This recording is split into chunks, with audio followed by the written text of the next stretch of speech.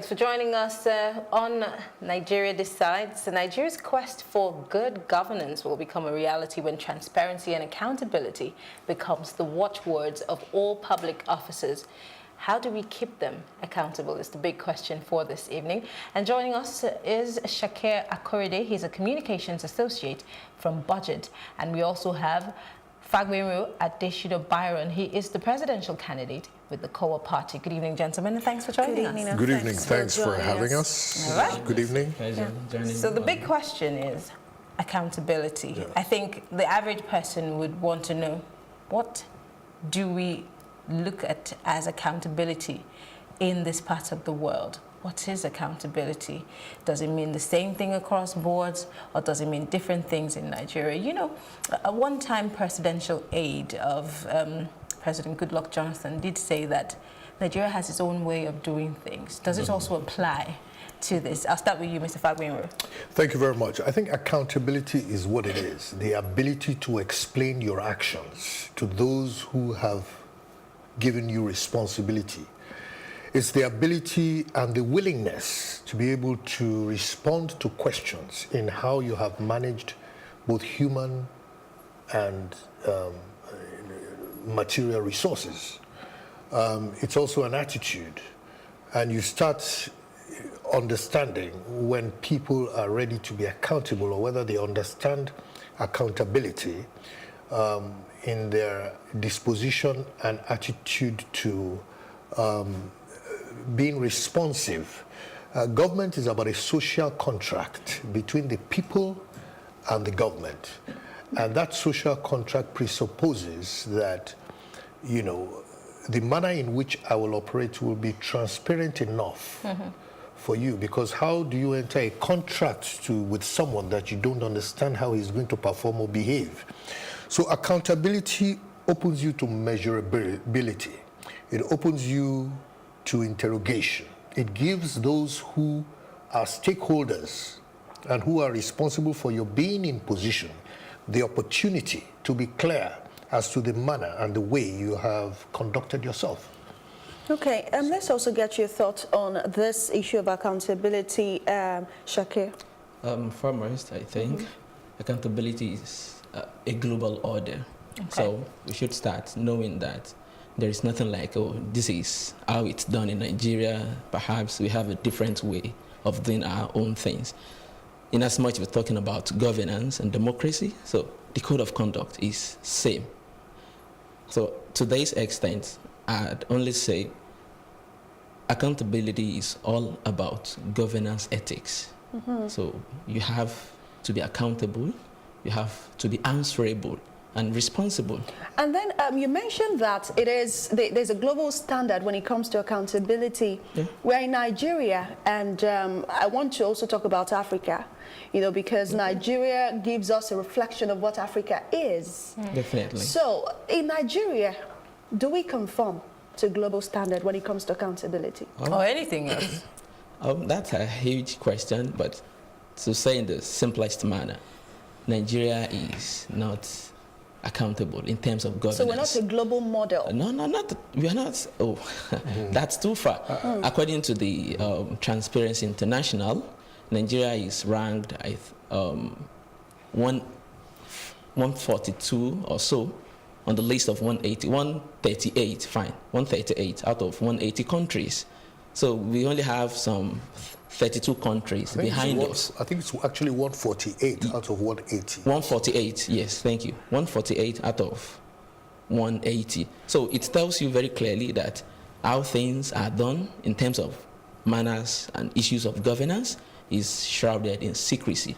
So this is not to say, oh, we are too way behind. So it's a matter of first admitting the fact that things are not done in the best and the right ways. Government operations are now open. So now let's start with the demand and the advocacy for this. So the way we do it is, it's a mutual obligation. The people demanding for transparency have a major role to play. Those in government who are being demanded of accountability have a specific and crucial roles to play as well. I'll ask you, because you're here as a representative of budget, and budget's responsibility is to advocate for transparency and an open system of government. Correct me if I'm wrong. No. How has budget necessitated the openness of government? Yes, especially budget. He can speak for budget. How has budget been able to necessitate the accountability and openness of government functionaries or leaders, agencies? How have you been able to liaise with these people to open up their books, most importantly, to you? Oh, thank you. It's an Herculean task, but basically, what budget does is advocating and promoting budget data openness. Starting from budget, that's perhaps you could say from the nomenclature, that's why we are called budget. So, what's budget? Because this is the template on which governance is run. So this is what the government is doing for this fiscal year. So this is a proposal. So the first point is making it open. You don't question what you don't know. So as citizens, the first task is, that's barrier, breaking the barrier that's blocking access to that information, access to budget.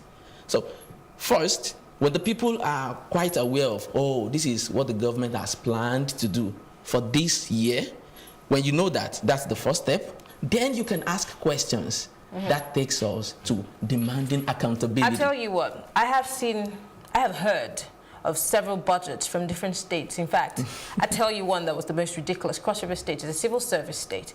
It barely has anything other than tourism. The agricultural aspect of it has been somewhat kept a back burner. And the governor decides to come with a 3.3 trillion naira budget, which we are yet to go to the website and see anything. We still do not see, we don't have a breakdown of that budget. Same thing for River State. River State government will tell you that they have it on the website. It's not there. And I'm sure several other states are yet to open up their budgets to the people. So what are we questioning if there's not accountability from the, like you said, the template of running government? How does this work? Yeah, I think what Shakir is trying to say, if I may add to that, and what budget is doing is that, first of all, you have to introduce transparency in the system. Without light, when things are done in a manner that are opaque, then you don't even know the questions to ask. Now, you interrogated the issue of Cross River State because someone brought out some information about it. The next it was announced, stage, it was on the news, exactly, it was passed. The next stage is to have details of the budget. The budget is supposed to be an act of parliament, and it's supposed to be a public document. The very first thing that governments should do is that as soon as the budget is written up, it should be published so that people know what to expect from government, that this is what we want to spend and this is where we want to get the money to spend it. Now, when people know that, then they can interrogate, they can follow the budget, they can follow the money, they can actually understand whether they are going to get value for money in certain spend. What you just touched on talks about, it actually buttresses the principle of public accountability. Absolutely. Which is ethical. Absolutely. And as well enshrined in law. Yes, but and the Constitution. Nigerian politicians and public office holders don't adhere to this principle. And one questions why that is the case, because generally it's more like a widespread thing. You hardly see public office holders, no matter how much integrity they tout. Yes. In the end, in the first place, your systems, your public financial management systems and your public procurement systems must be able to aid, accountability. They themselves must be transparent. If, no matter who you are as a public official, if within the government you serve, you don't publish your accounts, you don't go through proper processes for procurement, or you have a manner of keeping your public financial documents in a way that it's more opaque than open, then no matter whom you are, we have to hold certain people responsible. That's why they say there are two sides to governance. There's the demand side of governance, and there's the supply side. Those in government are on the supply side of governance. If you allow them to go, if you don't consistently demand from them the details of government, the way government is run, then there is no incentive for them. You have to put pressure on them. Now, when a government is ready to be accountable, then it will respond to the demand side. It will respond to civil society. It will respond to private sector. It will respond to people asking questions. How do you know whether someone is ready to be accountable? It's very simple. Is he willing to answer questions? Is he willing to answer very difficult questions, especially when it comes to how money? accessible are these? And how accessible are they? So even if he's not, if he claims to want to ask questions and he's not accessible, or you go to see him and he's always sending some media aid who doesn't really know diddly squat about exactly the details of what you're talking about, then you know straight away that he's providing a shield, a barrier between those he's supposed to answer and himself. I'll put a pin on that one. I'll come back to you because you're running for office, so I'm going to throw some punches in your direction. Back to you. Okay. We know that when we talk about accountability, people come up in all of it. And he's made a case that there's a demand and a supply aspect of it.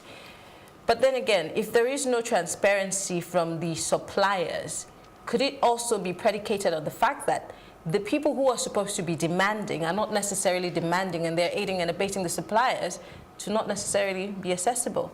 Again, we have the issue of, it's my brother's turn. When your brother was there, we did not try him. Why are you stopping your witch hunting and all of that? As budget, I'm sure that you carry out polls, you know, as to how many people are interested in governance, how many people are interested in, you know, how government is spending our money, other than saying, give us light and water. How many people, individuals, are really interested in how governance, you know, goes on, if it works or it doesn't work? How many people? Have you ever done anything in that direction? We've done a lot, but starting from the point that, from the supply angle of the issue, perhaps when there are no demands, those in the duty to do supply information, that is to make themselves open, could decide not to do anything. I'd say that that is like creating a soft landing for politicians.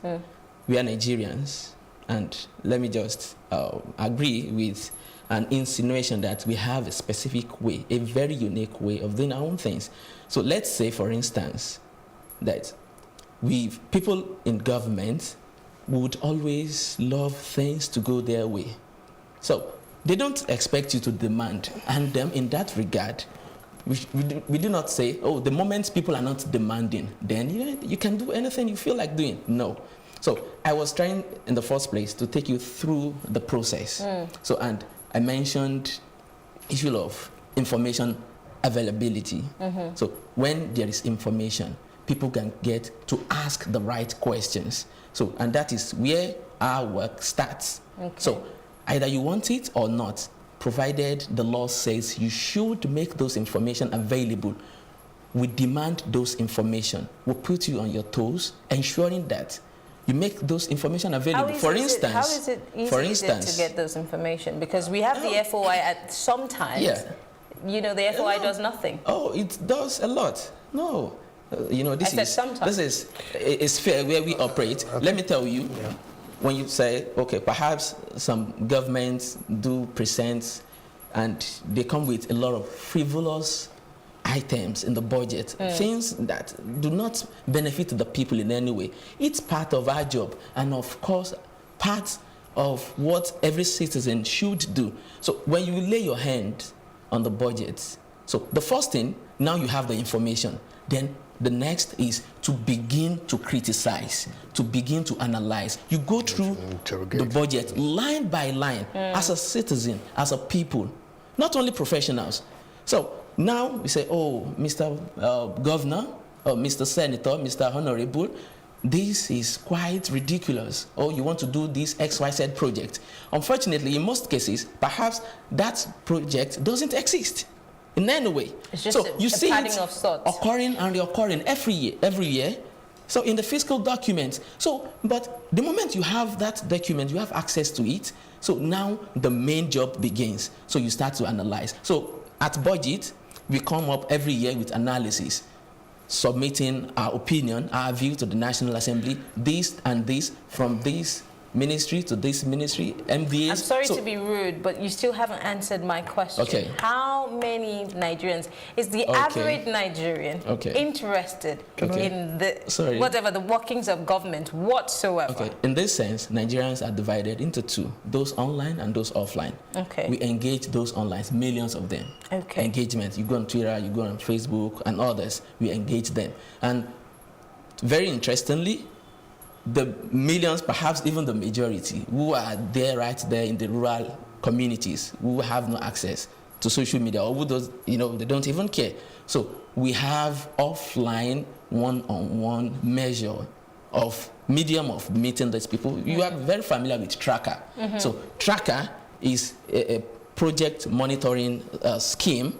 So this is what we have in your budget. So a lot of ignorance out there. Perhaps, I'm from one village, I don't even know what's going on. So, and my government and those in government, probably an honorable or a local government chairman has been saying, we're going to do this for you, or they continue demanding from the top that, okay, we want to do this. For instance, a senator or an honorable nominated a certain project that, okay, we do this, we call it constituency project.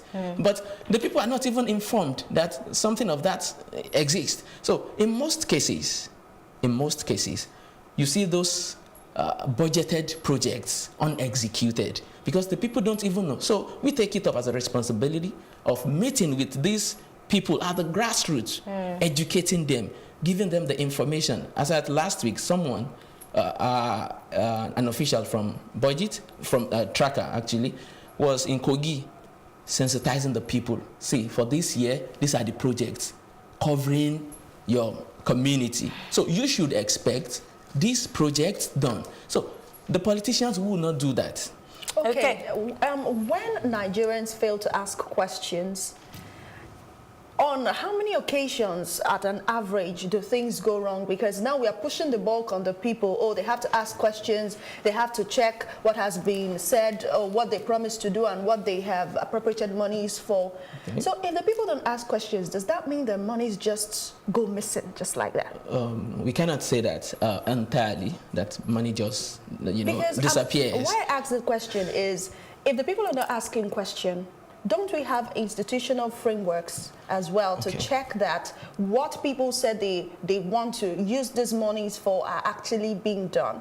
I know that in a case where the executive passes, the budget, the National Assembly, of course, understands that these are the things that were listed, and those are the people that are supposed to represent us to say, why must we appropriate this for feeding dogs? Why must we say we're using 50 billion naira for water or whatever? Somebody's got to ask the National Assembly why they are appropriating money for furniture allowance and for bedroom allowance. That is the question. So what institutional framework do we have beyond in the events when the people are not asking? On Nigerians, yes. Okay, that's why I said from the get-go that this is a double-faced issue.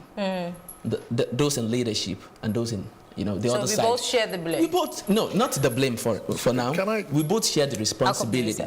We both share the responsibility. So let's be objective and just assume, everybody in office is accountable and they are ready to serve. So in that case, you could say, I don't have the reason to start following up and down. Honorable, you promised to do this, blah, blah, blah. So but that's not entirely the case. We are humans, we are Nigerians, and you said that, I didn't say it, that we have our ways of doing things.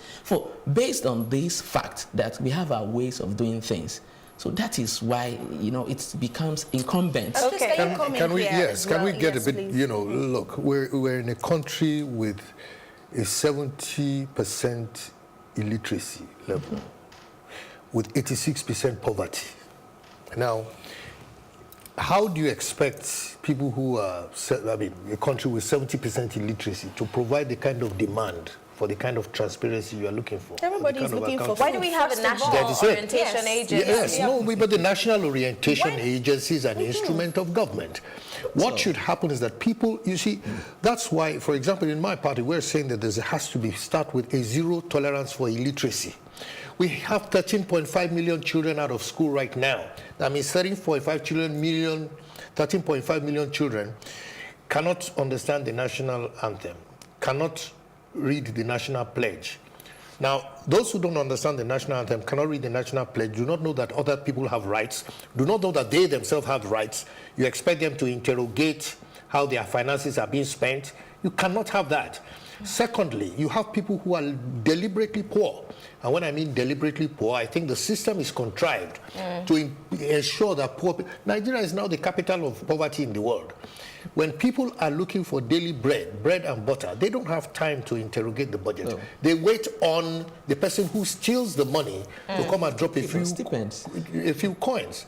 And when we're talking about accountability, I think we should go beyond just budget. There is what is called social accountability. Accountability in the way you conduct yourself. Accountability in the first place, what you should be accountable for as a politician is that you get into government and you say, this is what I want to do, regardless of the year-to-year budget. Talking about what you want to do, let's face you, I did say I was going to come back to you now. Good. From research, Nigerians need safe water, they need hospitals, they need security, they need the basic amenities. Yes. And I'd like to let you know, in case you don't, Nigeria is blessed on all fronts. We have great agriculture, but we seem to be the most poor. I mean, in fact, as at 2018, we're the poverty capital of the world. Yes.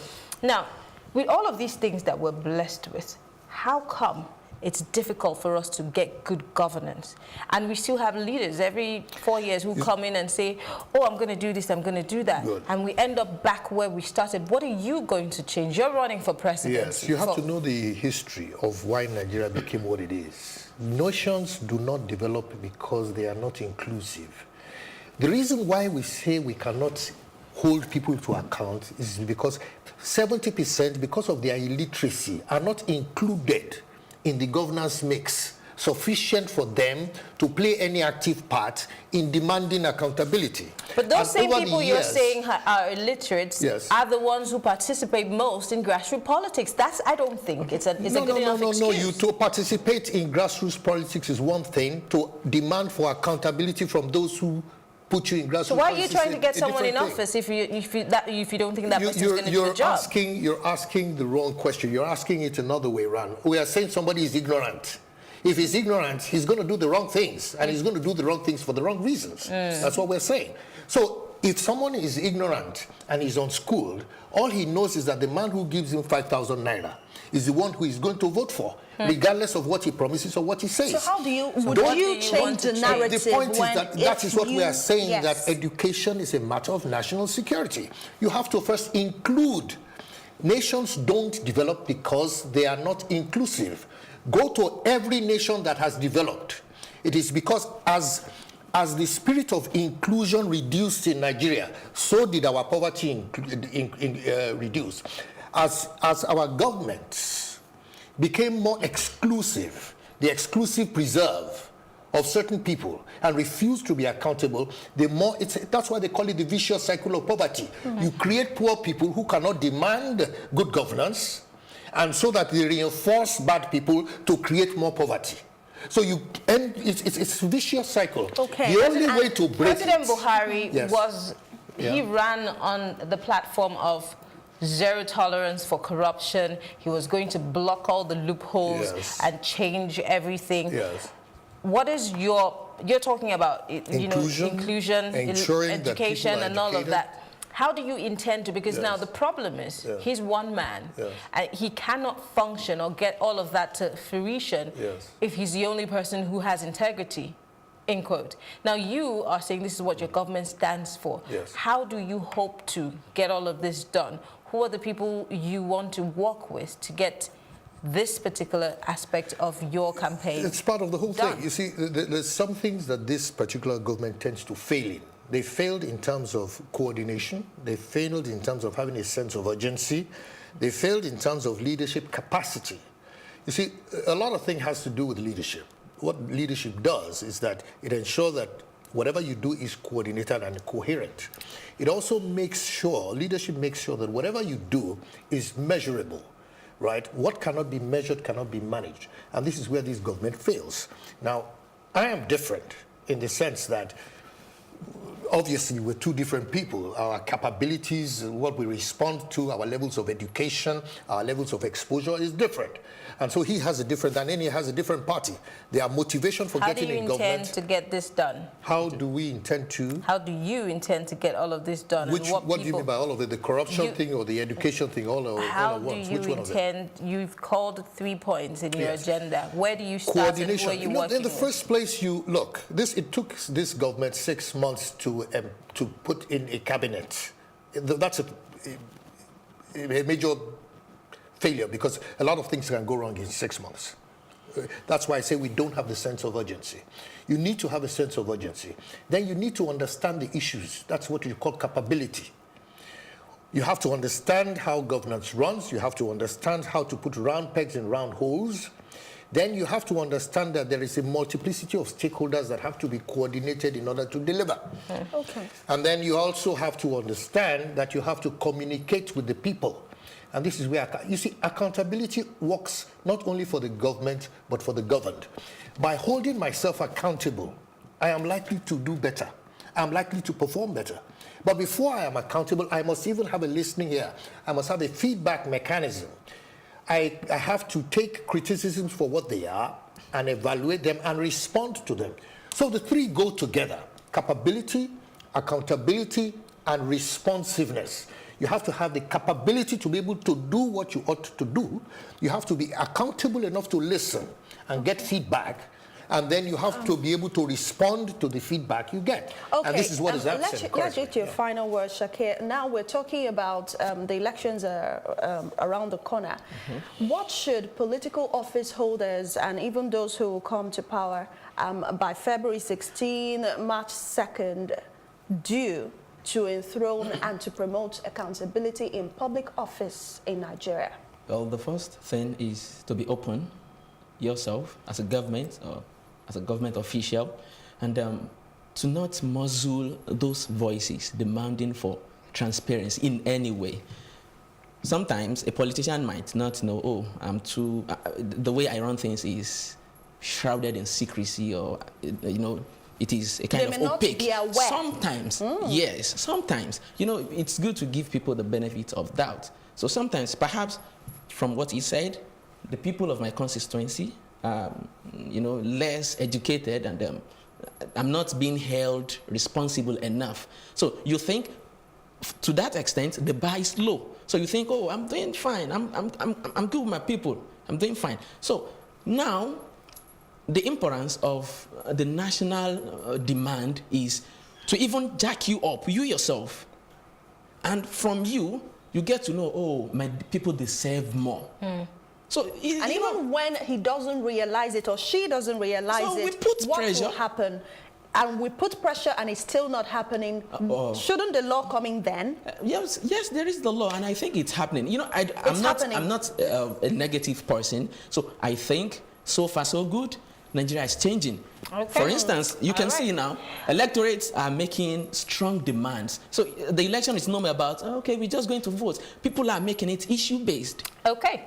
Well, let's hope that these issues will continue to come up, and of course, our leaders would be responsible. And I think the media has a role. We should hold them more. I think the media has a very strong role to play. Thank you so much. I'm sure we're doing that. But we want to thank you very much, Mr. Adesina Fagbenro-Byron, KOWA Party presidential candidate, and Shakir Akorede, Communications Associate Budget. Thank you. Thank you so much for joining us. All right, you can share with us your thoughts on this discussion on any of our social media platforms. We'll take a break and then we'll return. Guess what? We'll be discussing the way forward. How do we get our VIPs to be more accountable? How do we ensure that monies don't go missing when nobody's taking responsibility? Don't go away.